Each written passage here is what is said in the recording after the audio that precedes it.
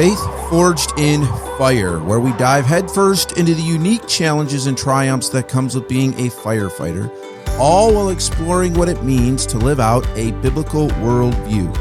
Join us as we find hope, perseverance, and faith in the midst of the heat and chaos. Welcome to the podcast.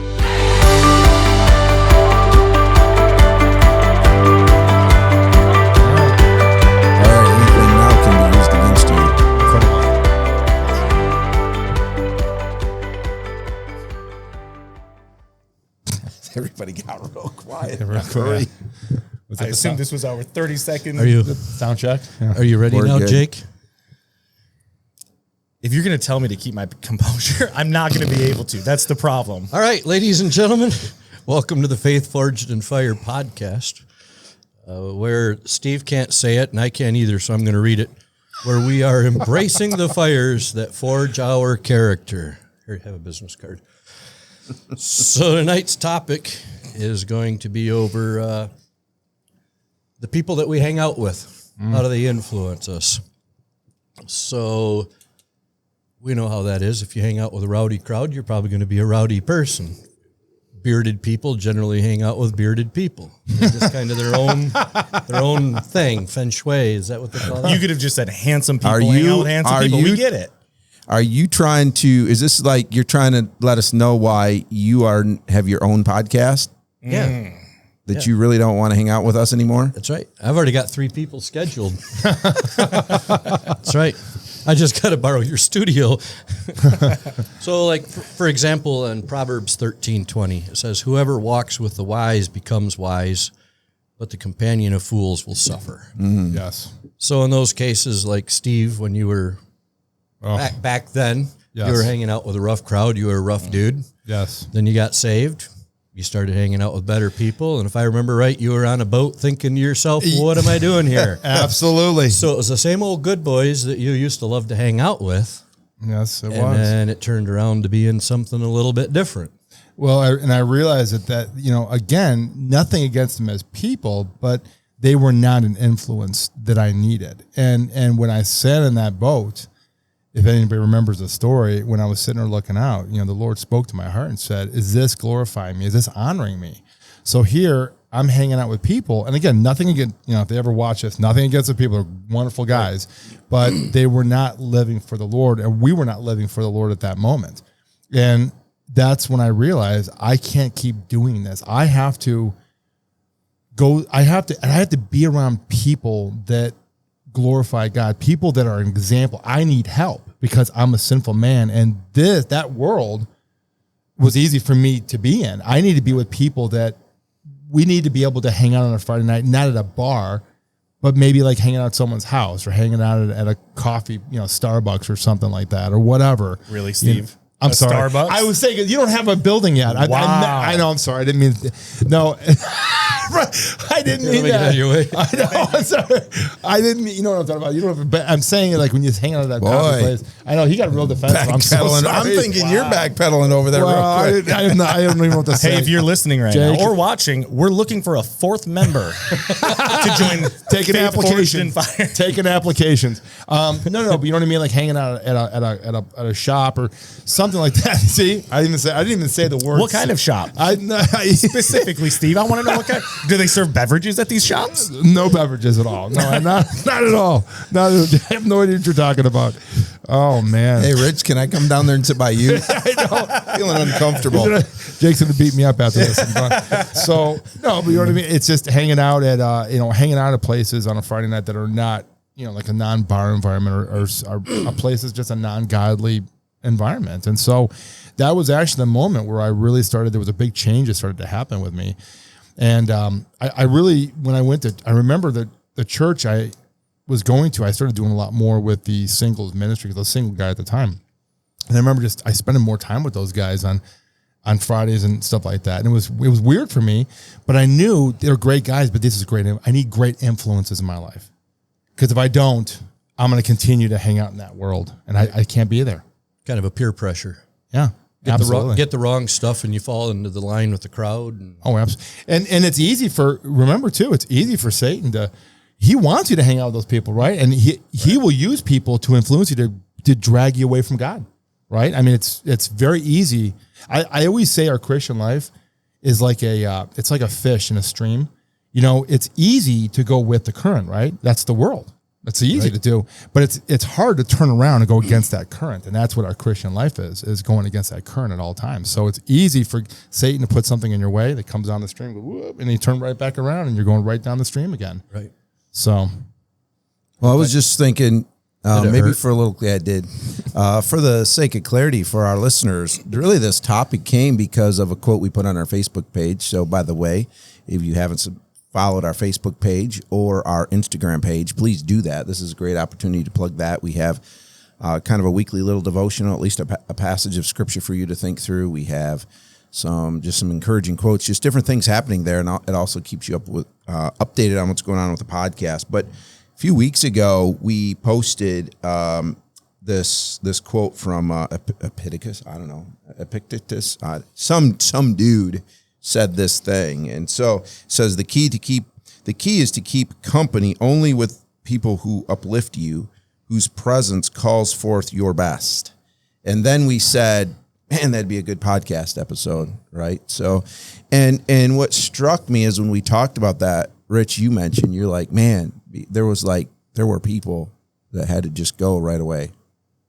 Right. Yeah, I changed pretty much the whole crowd I was hanging out with, for the most part. Yeah.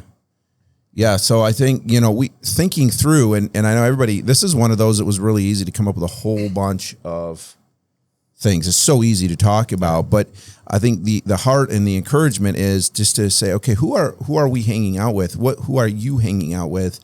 Are you hanging out with somebody that's dragging you down, whether it's spiritually? Are you hanging out with that negative person at the firehouse that's always just making you feel negative all the time? There's so many verses, but my mind goes to Proverbs 27:17. Iron sharpens iron, and one man sharpens another. We need to be around people who are making us better firefighters, making us more positive. Like that sounds weird. Just say, well, I need to be more positive, but Scripture says, "Rejoice always." Right? We need to have people that are not just causing us to be negative, but to be thankful, and then people that are building us up in the faith rather than dragging us down. But I also think it's human nature to find it easier to find the negative things. Mm-hmm. If you're hanging out with negative people, I mean, the whole world is negative. If you're hanging out with a couple negative people, it's so easy to see the negativity of people. But if you're hanging out with a couple positive people, normally it drives you crazy because they're always looking at the brighter side of life. But if you continue to hang out with them, then you start seeing a little more of the positive stuff and not the Well, and the it needs negative. to be an intentional and proactive approach too, right? It can't just be, hopefully you'll find the right people. It's being proactive in backing off the people that you shouldn't be around and actively seeking those that quit hanging out at the bar and go to the church. Right. Yeah. You start hanging out with church people and you'll see a lot more positivity. Yeah, and or and go to there's the always coffee negative. shop, Steve. Yeah. which coffee shop would that be, Jake? Jake's there, it's going to be negative, so don't worry about it. Wow. I'll be one of those positive people because I drink red flannel coffee. Yeah, exactly. Well, start your own coffee shop, and then we'll be happy to. Yeah. Then we could have them Read me sponsor loud and us clear. too. Yeah. Exactly. So I came across another verse, and ironically, I kind of thought of PJ when I came across this. So look out, Miss Fritter's coming. And if you don't know who Miss Fritter is, just Google that. You'll get it. Was that verse in Revelation? The doom and gloom. Yeah, I read everything that you had wrote down, and I'm stealing your verses. popping That was for a different podcast, by the way. So I hope it applies. That's fine. Is that your other podcast? For a different episode of this podcast. Oh, I should say. okay. Yeah. So you're not cool. You don't have to. No. No. So the one you I would came know up about with, it if I did. I'd be talking behind your back. First Corinthians 15:33, it says, "Do not be deceived." PJ scooting away. Oh, no, I was just noticing, like, we got all this room, and Rich is still sliding off over there. No, we're good. We don't have all that. I'm just kidding. So it says, "Do not be deceived. Bad company ruins good morals." Yeah. So I was thinking, like you were talking when you first got sucked into being on the fire department, I was like, oh yeah, let's PJ be a great guy to have on the fire department. Let's sit down and say we just want him as the chaplain, and then we'll work on him. We'll get him, we'll plant the seed. But in that case, he was hanging around some bad companies, people that didn't have real good morals. And in this verse, it says, don't be deceived. Bad company ruins good morals. And it goes on to say not to be hanging out with those people. But PJ walks in there and he's like, yes, this is the crowd I need to hang out with. But kind of explain that from your side. I mean, I know it because I've been around it enough. Well, but to you, you don't necessarily, I mean, you see it biblically. Right. But you're also looking at it as an opportunity. Well, so there's a couple things, Rich. I'll say this real carefully. So your verse is used the way that it is often, and that's not what it means. Great. No, seriously, and that's okay. I'm thrilled you brought that up, because in this conversation, I was actually, I would go to church and be taught that. If you study that out, Paul was talking about false teachers in the church. Okay. The Bible is exceptionally if there's false teachers in the church, get rid of them. Don't be around them. Stay away from them. But Paul actually says, even he's talking about in 1 Corinthians, kicking somebody out of the church because they're living in just a terrible sin.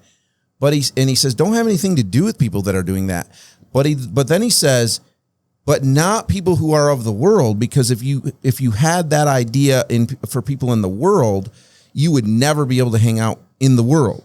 So the idea behind that is, if I had that attitude, say, when I came to the fire department, I couldn't hang out with those people because they're unsaved. They didn't, not good morals, whatever. I came for a different reason, with the idea that I knew I had to be careful because I was going to be around people, but I wanted to be the light. I wanted to have the opposite effect of that, right? I wanted to help people change through that.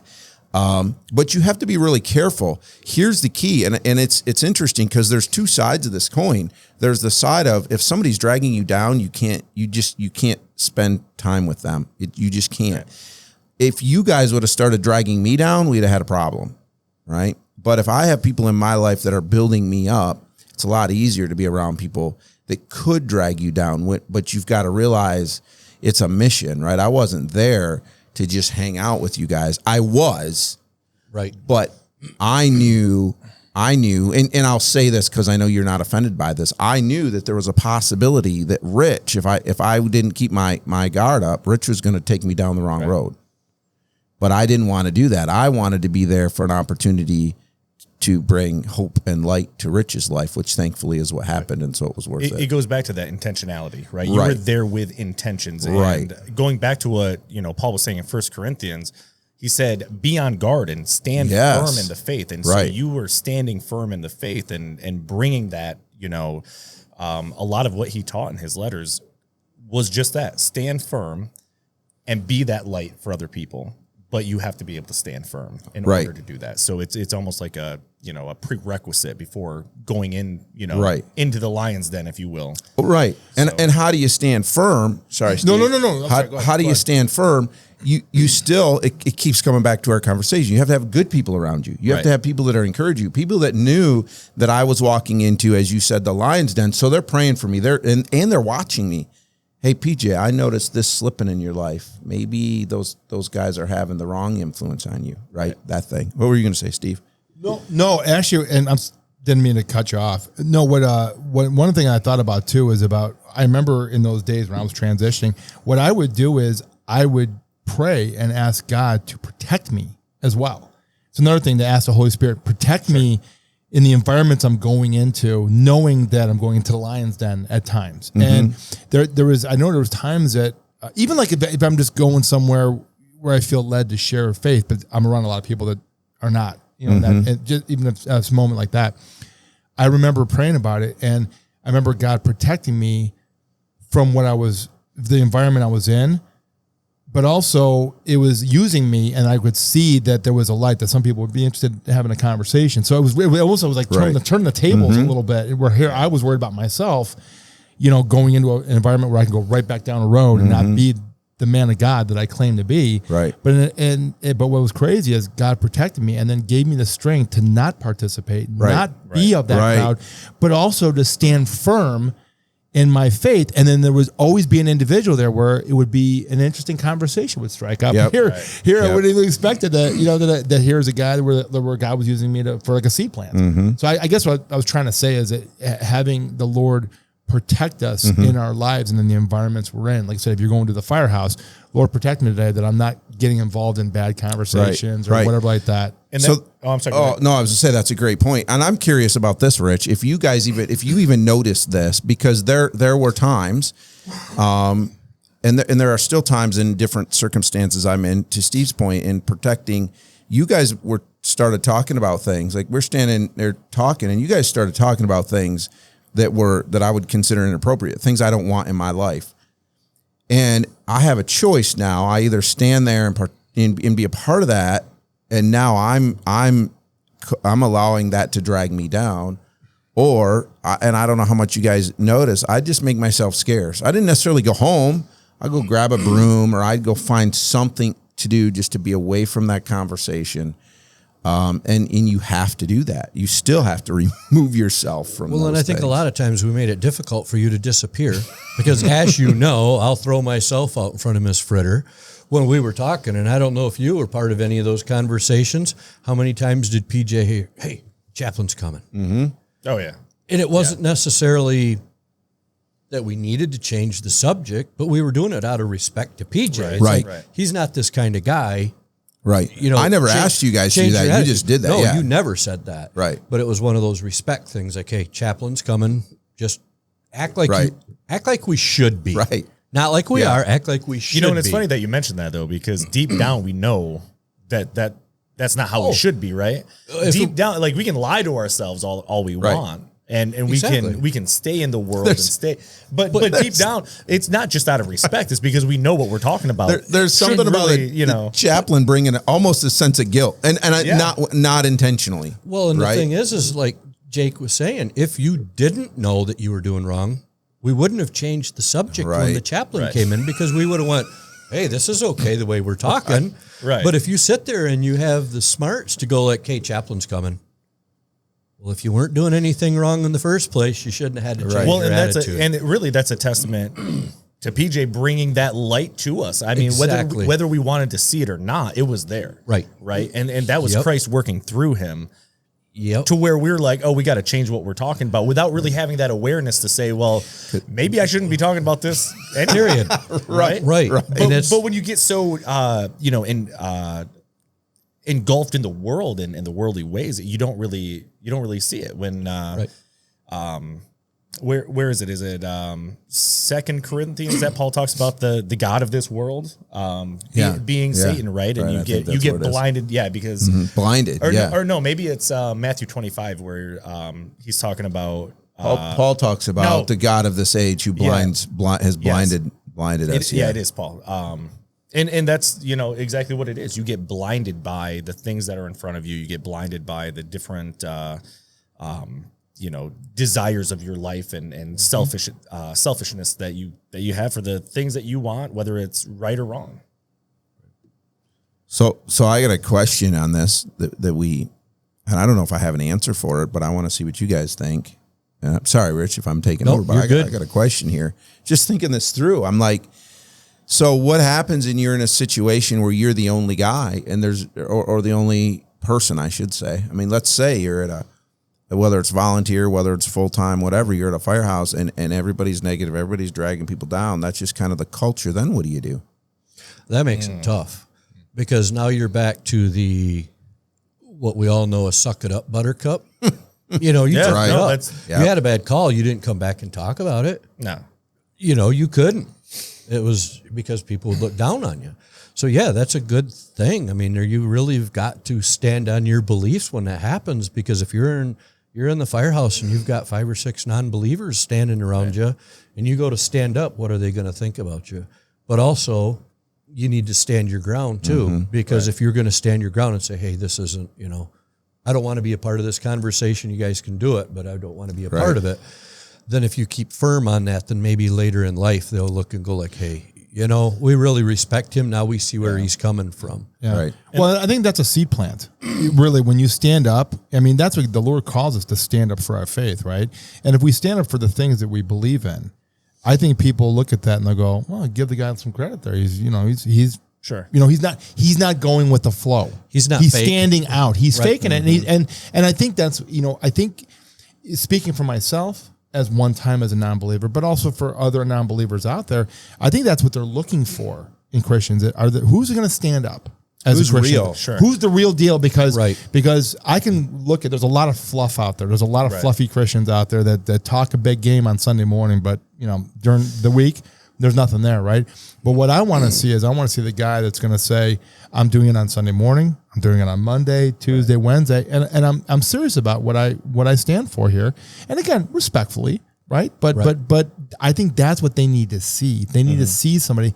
And what you're going to find is, if you're that guy, people will the people that respect you will now come over to you and have conversations with you. And now, because they see that you're the real deal, that's what they need to see. But you also have to expect some feedback, negative feedback. Sure. Right. Like, I'd hope that everybody by now has read the list or the Rescuer by Jason Sawtelle. Yeah. And what does he do after his bad call? If you haven't, by the way, go read that, The Rescuer by Jason Sawtelle. So he comes in after a bad call. Chaplain and does, I don't remember it exactly, but Chaplain kind of doesn't get in his face, but approaches him. Right. And Jason gets mad, says his piece, and walks off. Now, in that case, the chaplain could have went, whatever, you're a lost soul. I'm not even going to deal with you anymore. But the chaplain went into that. I don't think he intentionally went to do it to make Jason mad. No. But it happened. But the chaplain also knew that was a possibility, stuck strong in his faith, and just kept working. Right. And Jason realized that he'd done wrong later. Right. It didn't bring him to Christ. But No, but and you make a great point about having that, that genuine faith, right? That's what people want to see. That's what non-believers almost want to test you on, right? Paul talks in 2 Corinthians 4 about not using coercion or, deceptive practices to proclaim Christ as Lord. And that's, it's coming from a place of being genuine. And that's what we have to remain in. So we have to not only just be steadfast in our faith, but remain steadfast in that message that we're putting out there through, the words that come from our mouth and the actions that people see us do. And it's not just the actions, but how those actions are interpreted. So and to your point with Jay, it's planting that seed. If he's not going to change in that moment, he's not going to change, right? I can explode in his face, I can scream at him or whatever. It didn't do anything, so it must be genuine, and that's good, because just like a parent to their child, they need to remain a foundation for them to stand on in order to get the support that they need. I think, when you're talking about the situation in Jason's book, I think as believers, I think we have to expect people that are not with the Lord to be frustrated with us. I've experienced it so many times I can't even count anymore, of times where, again, and I've talked to you guys about this at times. Sometimes I'm in a place and people know my faith, and the moment I walk in the door, I could see it in people's faces, because they're bothered. Right. Yeah, they're bothered by my faith, and but the thing is, I still stand up because my faith is important, right? And I'm respectful. But I expect it. I expect people to treat me like crap. I'm so used to it now. When people do it, it's like, I know what it is. Because really, if you remember, there's that spiritual warfare, right? And so, but I think those people, when they see you standing up and they see that your faith is that important, that you're not here to curtail the people, you're not looking to be liked by everybody. Even though you want to be, right? We all want to be liked, but you're like, even though I'm not going to be liked by everybody, the Lord is my king, and I'm standing my ground as a man of faith. So where do we start then in this? When you don't have a way to remove yourself, obviously the easiest thing is remove yourself and find you friends. Yeah. And it doesn't even mean that you can't come back at some time once you're able to stand strong in your faith to try to be that light. But what do you do?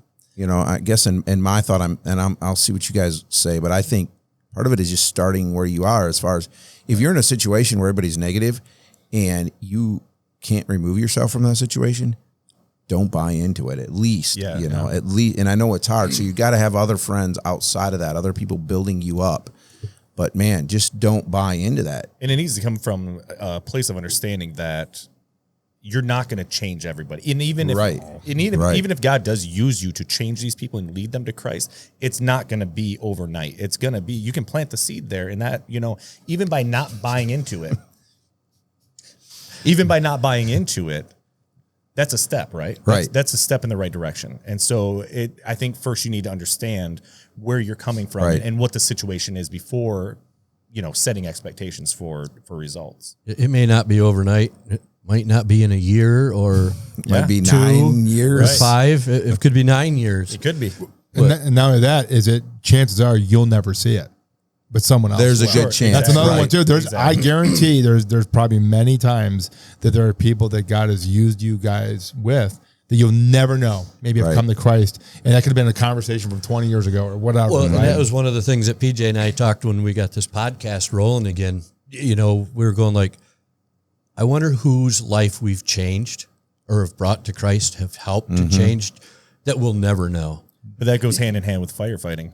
But How many times do we run a call Right. and we say, we wonder how they turned out? You Right. know? Right. I mean, because it's years after I've been a firefighter, and I still think back like, man, I wonder how that turned out with them. Like, I wonder where they're at now. Exactly. So yeah. And PJ and I were talking about that right off the bat. It's like, man, it'd be great if we got one person that said, hey, we just stumbled across your podcast. It led me to Christ.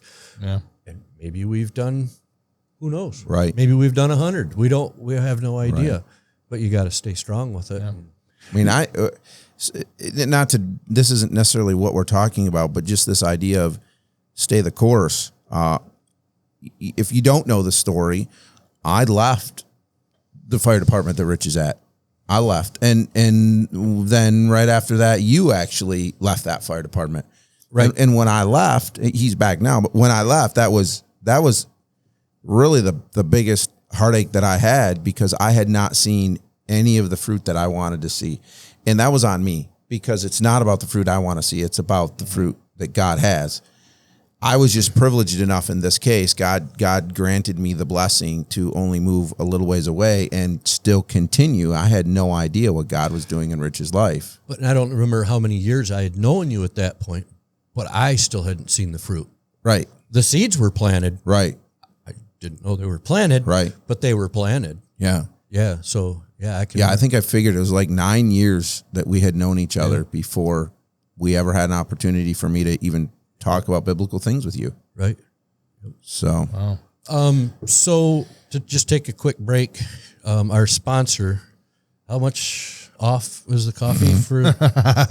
put him on the spot. Oh boy, Man. what's that code? What's the code We're this going to year? want to throw it in Maybe we need to some start a random game places. for every so many views. We'll take 10% off and get people to start sharing our podcast. Ooh, there and you get people go. to watch. So if you get 200 views at 10% off, I'll start buying coffee because he's going to be paying me to take Right. it. At 200 views, I would go 40% off. Whoa. I'd go 40% off. Really? All right, listen to that, listeners. So here Share we it. go. Get 200. Share it. There we go. This is your incentive now to share it. Tell your friends about it. Yeah, if we get 200 views On this podcast. On this on this channel, on this YouTube show. But this one, this episode? particular one, right now, this episode. No. On this episode. On this because we're episode. way past No, that's what that. I'm saying. Yeah. Yeah. No, I think that's what he was saying was Yeah, this okay. episode, 200 views.